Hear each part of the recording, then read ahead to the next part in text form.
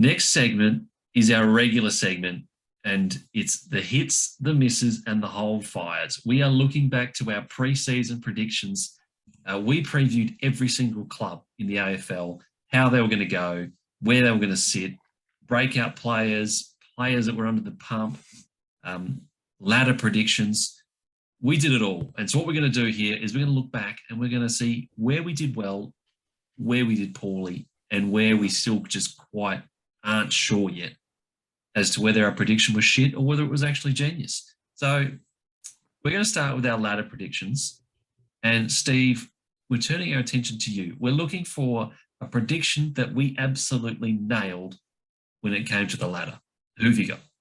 It might be a bit of a boring one, and I suppose based off of what we've just said recently about this team, but I did go Melbourne because, like, although they're not first now, they have been on top of the ladder since day one, and then our combined ladder had them finishing first. They were the closest to that, closest to the prediction that we made. So I couldn't really look anywhere else for me.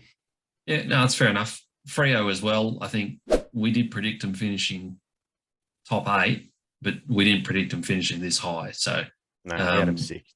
Yeah, so don't give yourself too much credit on that one. Over to BT with the miss, though. There was a number of misses, a number of big misses. Where did you go with for the biggest? So you could have looked at that two ways we could have looked at it. So we could have gone like Port Adelaide.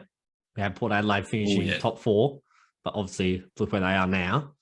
Where you could go the other way, and we had like Carlton probably finishing, where do we have them? 12th. So, and that they could easily, if they get on good form, push the top 4. So, but if the one is, if I had to pick one, I'd go with Carlton. I'm going with Carlton. I'm not even touching on St Kilda. Don't even get me started on them. I'm going with Carlton. I think if they hit form, they can push top 4, and we had them at 12th. Nice call on Carlton. We're heading over to Tazza for the hold fire. So this is a prediction that we've made with regards to the ladder, and we're still not sure about it. I think Sydney. There aren't too many predictions where we're sort of around the mark. We had Sydney finishing 5th. As I've said previously, a lot of people thought of them as a top 4 contender. We had them on an aggregate just outside, and they're sitting 7th from memory at the moment, right in that mix. To finish the year, they versed 4 of the top 8 and 1 of the top 4. So I think there's room for improvement and there's room to rise in the ladder there for them. And 5th spot could quite easily be theirs if the form's there. Yeah, nice call. That's fair enough. And if you disagree with some of our calls, or you really want to point out some of our misses in the comments below, make sure you let us know, because we appreciate the good, honest feedback. We also did a breakout player for each team, fellas. So a team that we thought was just going to take it to another level in 2022. And BT, I want to hand it over to you with the hit. So a player that we absolutely nailed on the money for a breakout this year. We didn't have too many that we nailed. There wasn't many to choose from. So. But we got one good one, and that was Zach Bailey. All Australian forward. Be very surprised if he doesn't make that team. And we said that from day one, that it was his year, and he's definitely improved. 27 goals. So he keeps his form up. He's going to kick 40 plus, and that's huge for a high half forward. Yeah, and we did pick him in our mid-season All-Australian team. If you haven't seen that video, we'll link it in the description below. A player that I picked as a surprise All-Australian is definitely the miss for the breakout player, and that is Tarrant Thomas from North Melbourne. Our man R Dizzle in the YouTube comments, it's his favourite player, and he's had an absolute stinker this year. To the point where he got dropped. He got dropped last week. I mean, what is going on there with Tarrant Thomas? He was a goal-kicking midfield machine at the back end of last year. We thought he'd be able to carry on with it. He definitely hasn't. He's been terrible, and I think he has not topped 20 disposals all year. So just getting absolutely nowhere near it. A couple other calls that were not great as well. Trent Rivers for a breakout. He's been poor. He got dropped as well. And Jake Hart's, Not sure who made that call as a breakout, but that was stinky. He has been nowhere near it either. So need a lift, fellas. Need a lift. But the hold fire, Steve, over to you for a breakout player that still might happen. I've gone Darcy Cameron from Collingwood. I think from memory, we had him as a breakout player more as a key forward. But he's sort of become this breakout player as a ruckman since the Brodie Grundy injury. He's come in and he's done a job. I think Collingwood are 5-2 since he's sort of, become that number one ruck. You could probably argue that they're doing better with him in there than Grundy. I don't know. On form they are. Yeah. On form, yeah. So, he's sort of the hold fire because, I don't know if Grundy will be back this season. I can't remember what injury he picked up. He should be. I think he should PCL. be. I think he's probably a month away. In about 4 weeks. So we'll have to wait and see what happens when he comes back. Don't mind the call. There you go. That was our breakout players. We also did a player under the pump. So a player that was in need of a very big season. Tazza, heading over to you. We're looking for a hit. So an under the pump player that has certainly got themselves not under the pump. I've been waiting so long for this call. Oh, no.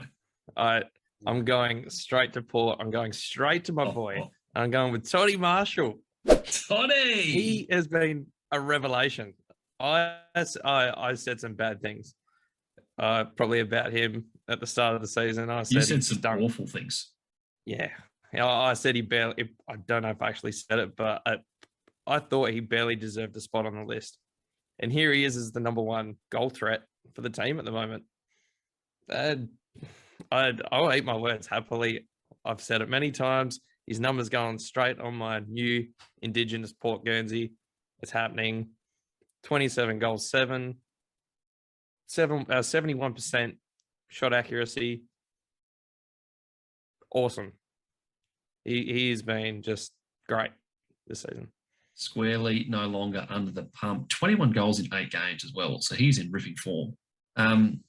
Good call. Steve, we're looking for a miss. So a player under the pump that just has not got it done. I struggled a little bit, I must admit, because sort of looking through that list of players that we had on there, majority of them are either playing okay or they've missed a bunch of games because of injuries or stuff like that. So I didn't want to pick anyone because they were injured. I mean, that's not really their fault. But I landed on Patrick Dow from Carlton. Yeah. I don't think from my research he's had any sort of major injuries this year as to miss out a bunch of games. I think he's been involved in 2 games, one of which he was an unused sub, and the second one it was in a loss to the Pies, and since then he's been omitted and hasn't been back. So I think he's a former number 3 draft pick. So obviously a high pick. You expect a lot more. That high. Yeah. Yeah. Shit pick. Top 5. Number Stinky. 3. I mean, yes, Carlton are playing well, and you try and fit him into a midfield that's playing well, but I mean, he hasn't even had a sniff really. So to me, that you can't be too great if you're not even getting a sniff there. Yeah, no, that's a miss. Well and truly, good call there. I've got the hold fire on players under the pump, and there is a few. Could have gone in a number of directions. Jake the Snake Waterman from the Eagles, they still haven't really found a role for him, but he's shown a bit of promise. Dylan Shield, also an honourable mention. He's had some good performances, but given where Essendon are at, and he's age 29, I can't see him part of their long-term future.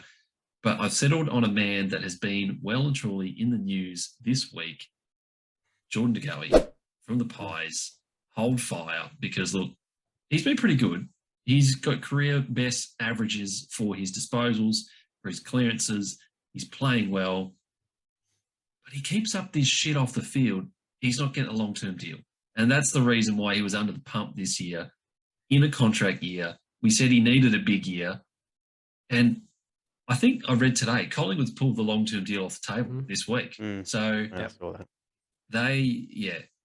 definitely hold fire on Jordan De Goey because, as we've said, he's got all the potential in the world, but he's got to pull his head in. He's got to do the right thing. He's got to knuckle down and be an AFL footballer to get himself squarely not under the pump. So Jordan De Goey, for me, is definitely a hold fire and is still definitely under the pump in the back half of 2022. So there you go. If you've got anyone else that you think's under the pump heading into the back half of the year that we haven't mentioned, make sure you let us know in the comment section below. We all did basically a prediction in the preseason of a Brownlow, a Coleman, bold prediction, surprise all Australians, and we're just going to run through the list and see who actually did well and who hasn't done so well. So running through the list, we did Brownlow predictions. Most of us have not been on the money. I mean, I had the Bont, wasn't there. He's been injured. He's not getting anywhere near it. BT, you had Jack Steele. Still don't know why you picked Jack Steele, but I don't think he's getting it, particularly with the injuries. Steve, you had a tie with Petrarca and the Bont. Petrarca, maybe. Bont, definitely not. But Taz, I think you're on the money with Lockie Neal. He's definitely still a good chance. Yeah, look, I think he's probably odds on. Well, not odds on, but he'd be the favourite along with Andy Brayshaw at this point. And I mean, he's got the keys in that midfield. Brisbane are always going to be a top team. I can't see why anything changes from here on in. Cole medal predictions. BT, you were the only one that went out on a limb with Spoke and Joe Danaher with 70 plus. I think without the injury, there'd still be a chance there. Everybody else went Aaron Norton, who had not the best start to the year, but his last month has been really good. And with Josh Bruce still to come back into that team and take a bit of attention, Tazza, Steve, I think we're still in the mix here. Yeah, I think so. That's why I think, you've got Cameron and Hawkins who would take goals off of each other. I think Charlie Curnow's sitting up top at the moment, but when Mackay comes back, you got the same sort of issue there, sort of taking goals off each other. So, yeah, Norton would still be my pick. Bold predictions. We made bold predictions in our preseason video. There's a few of them that are still to play out. A few of the spud calls that have not got up. Melbourne to go undefeated, Steve. You were pretty happy there for a long time. Unfortunately, the streak has come to an end. You've got to be disappointed with that. Yeah. I mean, it was that good that it had all the, all the experts jumping on the bandwagon and stuff. So maybe they shouldn't have, but might have still been intact. But yeah, I'm not happy still. Still a better call than BT's Battle of the Bridge Grand Final. BT, you no chance. There's a good chance both teams want to make finals. That was a terrible call. I must have had way too many beers that night. Yeah, BT was on the sauce well and truly. A couple still up in the air. Mitch Georgiades for 50 plus goals, Tazza. I don't think that's going to happen, but your man Toddy Marshall he might get there. Yeah, look, Georgiades has been dropped already. I don't know the stats, but he'd be lucky to have 10 at the moment, I think. He'd be lucky to hit double figures, but Todd Marshall, the way he's playing, I think he's on for 40 at minimum, but 50s, it's not out of reach. Just pick the wrong one. Which one's actually the worst call out of those two there? Because that's pretty bad. Yeah, it's pretty bad. Yeah, let us know in the comments. Yeah. Let the subscribers know, the viewers know. Tell us who's the shittest. Please. Yep, no, we will like the feedback. Surprise all Australians, there was some shit calls in this bunch. Taryn Thomas I had for the surprise all Australian dud. BT and Steve both with Willarioli. To be fair, first month of the season, he had a case that he could be in the team, but injuries, Eagles have been shit house, so not happening there. Isaac Heaney, Tazza. Again, first month of the season, he was a lock. Now, not sure. Yeah, 4 goals on the weekend and a losing effort. He was the only reason Sydney stood a chance. So there's every chance he polls a vote or two. Probably not 2, maybe a vote there. But it's second half of the season, we'll say. But he's been decent. First coach sacked. We were all wrong on this. So Leon Cameron, gone. He's out of there for the Giants. I think most of us had Stewie Dew, and he has been very impressive, it's got to be said. So we've all gone astray on this one. Any other calls? No, the worst call here was from Steve.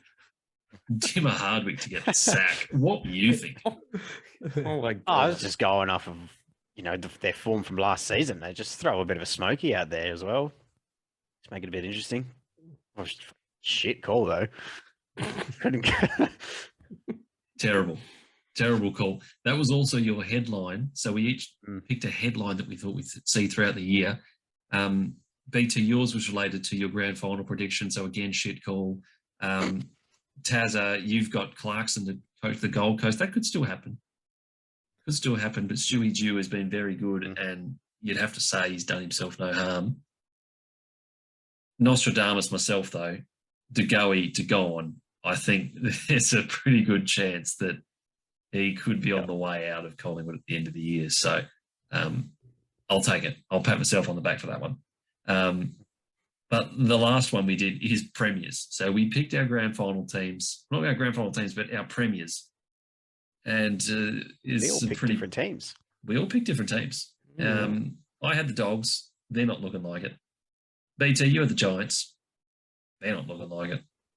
Tazza, you picked Port Adelaide. They're not looking like it. And Steve, you've got the D's, and their last month it's been poor, but they're a good chance. They're still the best chance out of everyone there, I think. But yeah, they need to be play better than what they've done in the last month. That's for sure. I don't even think our teams are going to make finals. Exactly. We literally picked the 3 biggest sliders. Yeah.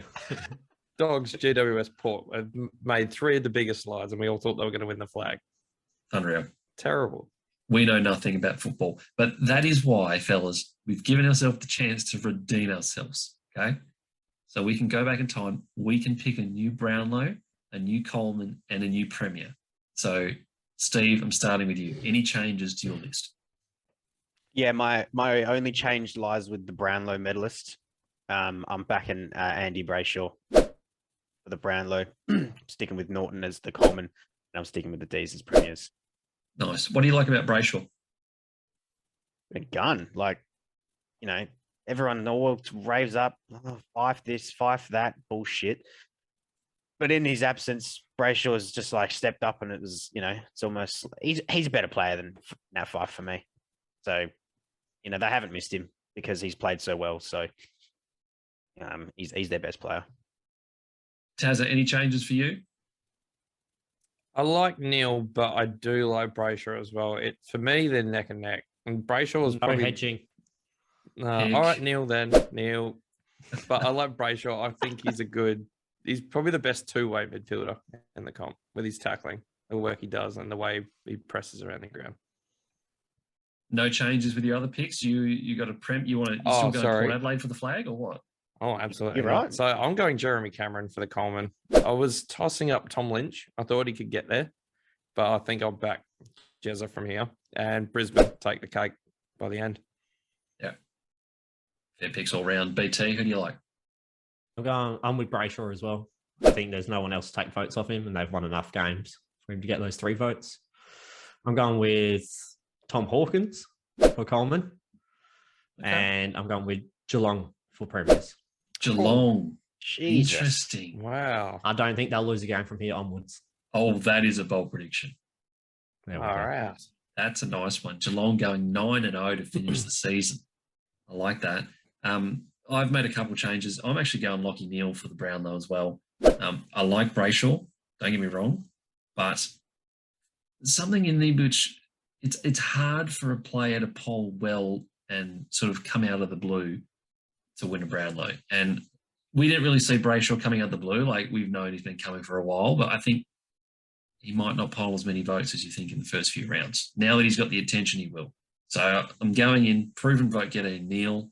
I'll stick true with Norton. I think he's only 5 back, so he's got enough time to get it done. And Brisbane for me to win the flag. I'm changing. I'm going away from the Dogs. They're no chance. So complete change up on my end. All right, there you go. Mid-season review, done and dusted. We've made some terrible calls, but we're owning up to them. We're putting our hand on our heart. We're copying it. Sweet. So if you want to pull the piss out of us, let us know in the comments below. If you've got any comments and any predictions for the rest of the season coming up, let us know. We want to hear them, and we will come back and we'll revisit this at the end of the year, and we'll look back on how stupid we all were again, because that's what we love to do here at Stat Chat Sports, is pull the piss out of each other. And we don't mind you doing it too. Fellas, nice work. Let's look forward to a big back half of the year with plenty more content to come from Stat Chat Sports. Until the next video, we'll see you next time. Cheers.